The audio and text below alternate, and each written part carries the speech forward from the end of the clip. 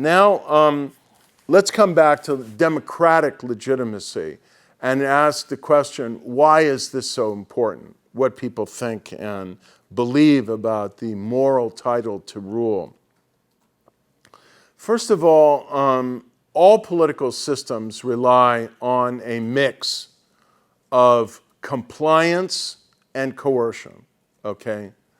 And if there's nothing but coercion, think about the resources that an authoritarian regime would have to pour in to pure policing and the mobilization of fear in order to just beat people down. Now, the most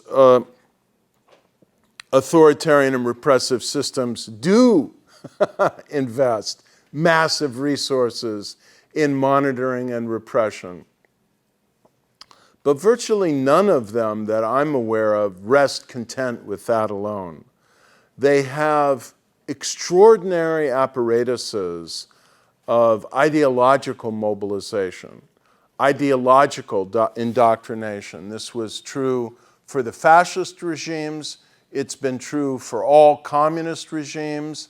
And it's been true over time for many authoritarian regimes, including even fairly personalistic authoritarian regimes that don't have much of a party or ideology behind them.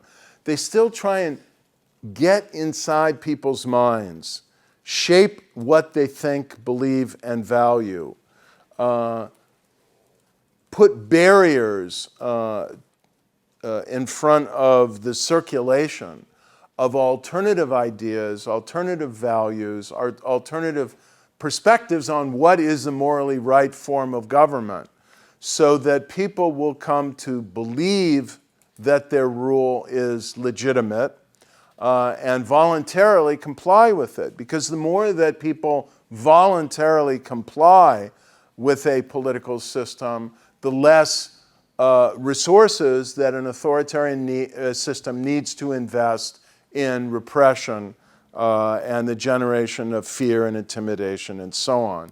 So even authoritarian regimes need to invest a considerable amount of resources in the mobilization of identification and voluntary consent. But legitimacy is particularly important for democracy because democracy is not supposed to be about coercion. It's supposed to be about persuasion. It's supposed to be about competition. And liberal democracy, in particular, is supposed to be about personal freedom. So democracy as a system of government that depends on competition, that depends on pluralism, that depends on individual freedom, is uniquely dependent on its citizens' voluntary compliance with the political system. Free offering of acceptance of the moral title to rule. And it's not that democracies utilize no coercion. Of course, when there is violation of the law, violent demonstrations, terrorism, or so on, democracies can't survive unless they're able to mobilize legitimate force to maintain legitimate monopoly over the use of force and maintain order within a democratic framework. So again, each type of political system has some balance between coercion and consent. But with democracies, the balance is heavily in relation to consent. And if you lose that, it's very hard for democracies to survive. In the readings, I think it was in the Lipset, and it may have been in the Lens as well, I remember him saying that pleasing key civic actors, often like the intelligentsia, would do much to preserve political legitimacy. That if you satisfied parts of the population that could then be influential with the remainder, that would be really effective. With populist movements, even in the United States with the silent majority and everything, would your definition of that be altered at all or changed? Like sort of a loss of a disenchantment with the like political elite and the intelligentsia? Well, let me ask you a question. How would you define Steve Bannon? He's part of, I'd say, an alternative intelligentsia, right? He's still a broker of ideas. How would you define the alt-right? And I forget the guy's name, but you know who I'm talking about, who's got one conspiracy theory after another? Alex Jones, thank you.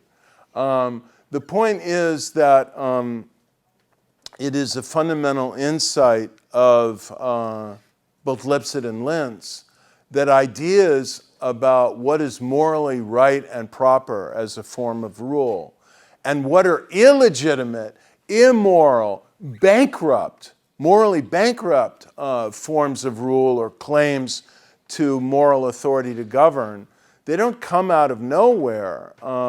They may draw from a lot of decentralized sources and trends, but they're fanned, they're fashioned, they're shaped by intellectual entrepreneurs. You can call them members of the intelligentsia. If they're not the established elite, they're counter-elites, but they do exercise an important influence in shaping what people think. What's the line between like persuasion and coercion? Because an Okay. investment in like propaganda and stuff isn't actually like coercion, but it's not just like plain voluntary consent to a system. Well, how would you define propaganda? Yeah, I guess that's kind of the question. In part, like, is just like education about your system of government and why it's the best. Like that's at a certain angle a form of coercion, or is that part Well, of?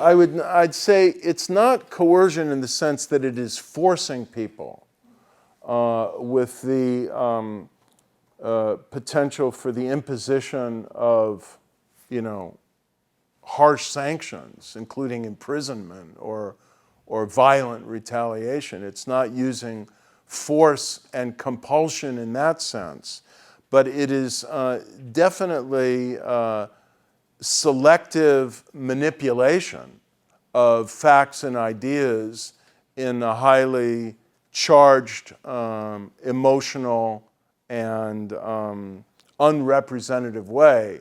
One of the things that distinguishes propaganda is that it doesn't rely on rationality, right? It relies on emotion and manipulation. It doesn't rely on free and open access to information and ideas.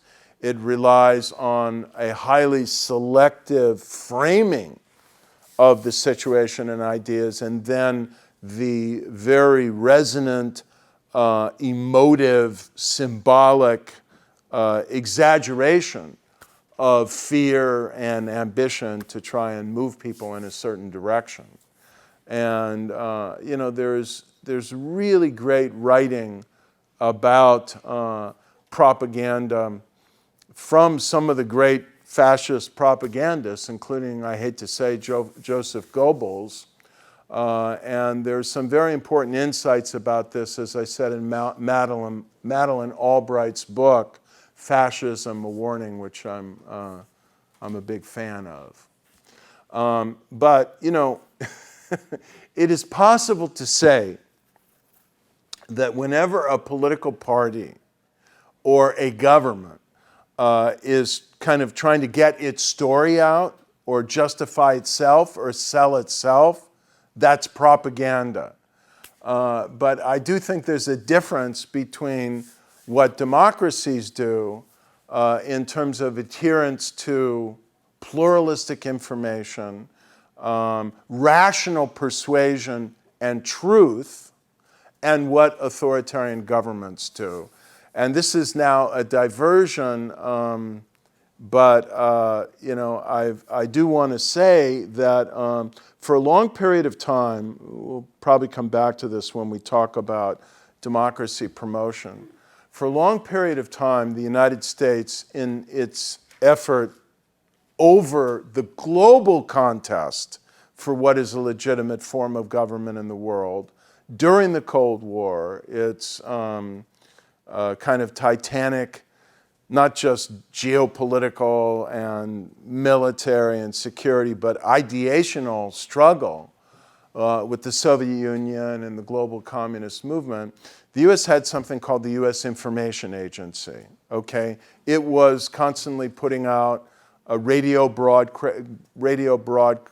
democratic ideas, information, and so on. And there was always a debate about, which is incredibly current again in the era of fake news, of false information, disinformation, misinformation. Disinformation is not a new phenomenon. It is what the Soviets did as a matter of regular practice during the Cold War through a variety of means, and what sometimes, I'm sorry to say, the United States did as well. But the Soviets were much more dedicated to it.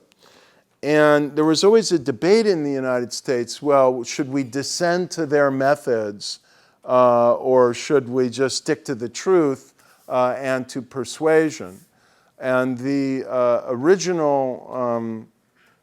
the first incumbent of the U.S. Information Agency when it was created in the early 1960s, the former CBS radio broadcaster, Edward R. Murrow. Have you ever heard of him? Oh, you should Google him. Edward R. Murrow, M-U-R-R-O-W. He was a great man. He's one of the people who brought down Joe McCarthy in the United States. But anyway, he made a very compelling point. I'll dig up the quote and share it with you, that if you lose truth, you lose the case for democracy. At that point, we've just descended to their level. And any of you heard of George Kennan? Who was George Kennan? Who was he? Kennan wrote the X telegram. Okay, from where? Correct. To the U.S. Huh? When he was U.S. ambassador to the Soviet Union. Okay. World War II. You know when that was? I think it was 47 or 48. Yeah, around 47, 48. He actually wasn't the ambassador, he was the political counselor, but he wrote this famous telegram about Soviet intentions, and basically it framed the whole American strategy in the Cold War. And again, Kennan said as well in one of the most seminal insights in that long telegram, which I quote in my forthcoming book, is I quote Edward R. Murrow in this book, which unfortunately isn't out yet, so I couldn't assign it to you, that if we descend to their methods, we've lost as a democracy. And that what sustains and distinguishes democracy is a commitment to truth and a commitment to persuasion as a method to move people. So I think if you want to really develop and entrench democratic legitimacy, it's not just kind of getting people to a certain belief, but really it's the process by which you get them there and root them in it.